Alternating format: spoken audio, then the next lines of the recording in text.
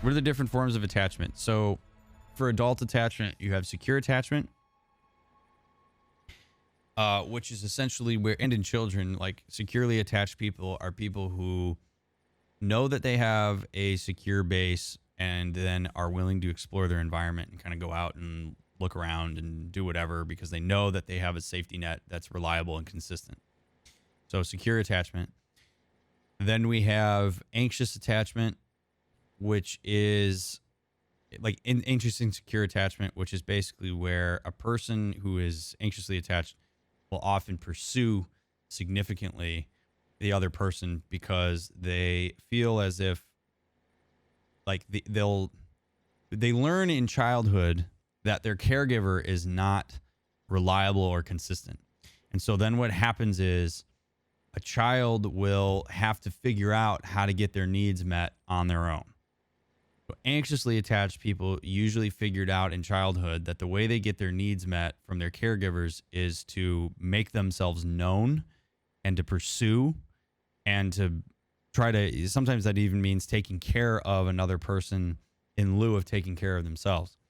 So anxiously attached people are often perceived as clingy because when they need their intimacy needs met, they will over pursue because they're worried that the person's not going to be reliable, that they're not going to be there. And so they kind of hold on and they clutch, and they will see distance as threatening.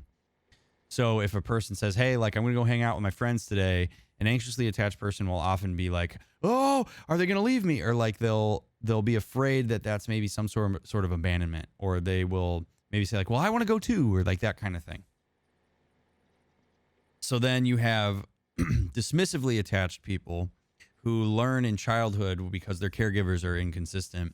They learn that only they can meet their own needs.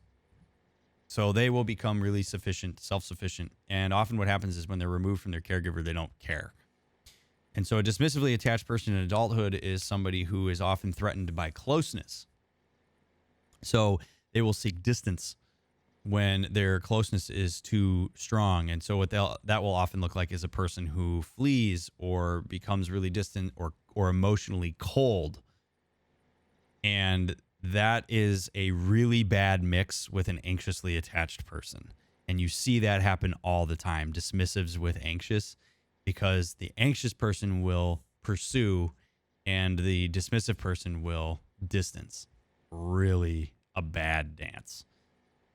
So that's dismissive one. And then you have chaotic attachment, which is usually the product of a person who experienced abuse when they were growing up, which is where the person, the caregivers that you perceive as who should be meeting your needs also harm you.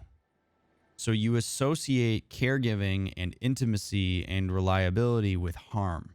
So going into adulthood, it's kind of a mixed bag in terms of the way that you're going to respond to intimacy. So what might happen is person feels a really strong sense of closeness to this person, but then they become really fearful because they have associated that with harm, or they've built up these expectations that they aren't worthy of love, or that they're worthy of being hurt and they will often find abusive partners to some extent because that's what they've come to expect. So those are the types of adult attachment, but it's all about the way that our needs are met or not met consistently and reliably by our caregivers growing up.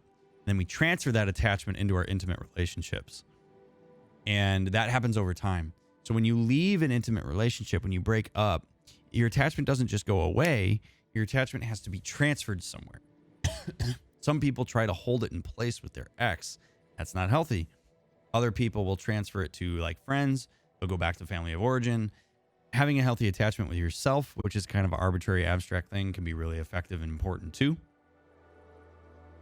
But yeah, that's attachment.